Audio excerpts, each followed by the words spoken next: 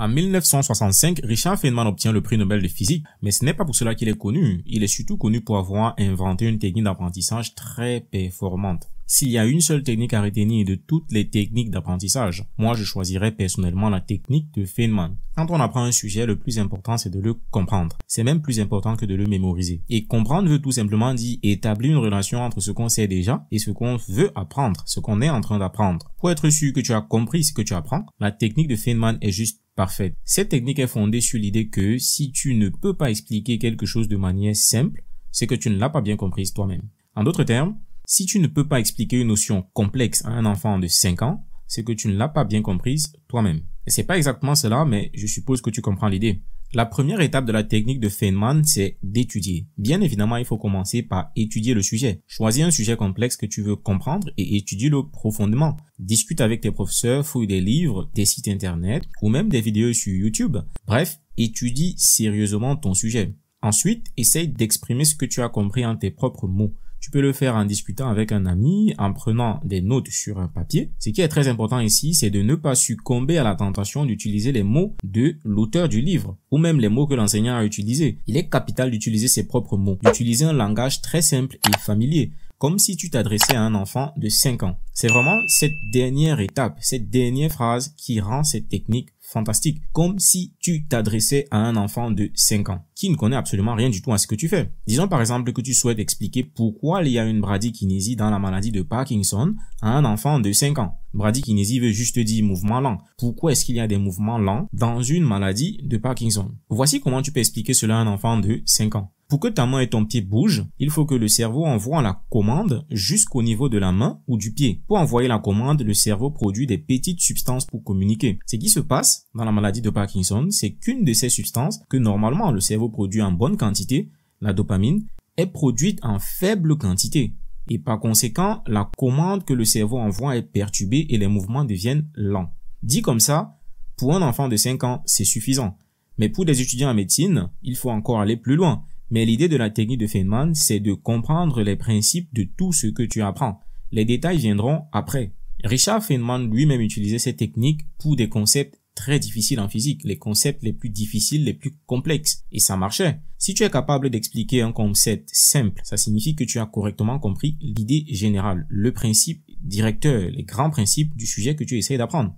Et si tu n'y arrives pas, alors tu as besoin de revenir en arrière, d'identifier les points faibles et de retravailler dessus jusqu'à ce que tu maîtrises le sujet. Donc jusqu'à ce que tu puisses expliquer facilement, simplement à un enfant de 5 ans. Pour la majorité d'entre nous, étudier commence et se termine avec la mémorisation.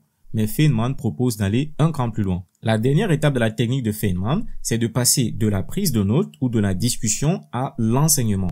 Ce n'est plus une simple explication à un enfant de 5 ans, mais un enseignement que tu donnes par exemple à un étudiant qui prépare un concours d'entrée en école de médecine. Essaye d'enseigner le concept à quelqu'un d'autre, à un groupe de personnes. Utilise des exemples simples, des exemples du quotidien pour expliquer le sujet le plus facilement possible. Si la personne, l'étudiant, l'élève à qui tu enseignes comprend bien le sujet, alors félicitations, tu as maîtrisé le sujet. C'est ce qui se fait par exemple lorsqu'on fait des cours particuliers. Si vous avez déjà fait des cours particuliers à un enfant ou à un étudiant du lycée ou du collège, expliquez plusieurs fois la même notion à des enfants différents en utilisant des exemples simples, adaptés au contexte de l'enfant, facilite la compréhension non seulement du concept à l'enfant, mais vous-même, vous apprenez beaucoup, vous maîtrisez en profondeur le sujet. Beaucoup d'étudiants qui sont excellents pratiquent la technique de Feynman sans le savoir.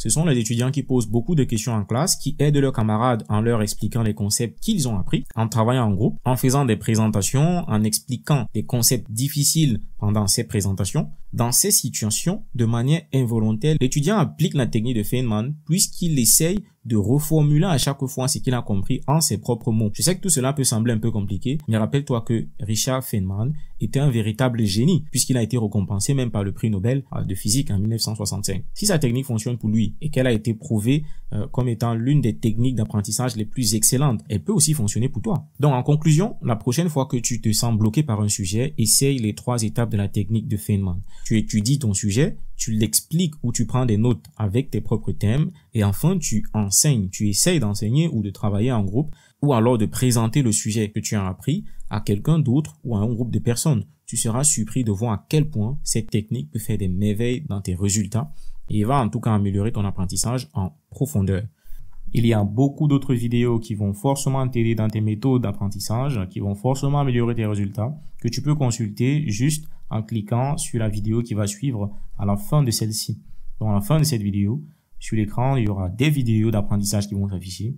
Si ça t'intéresse, bien sûr, il faut cliquer, il faut visionner.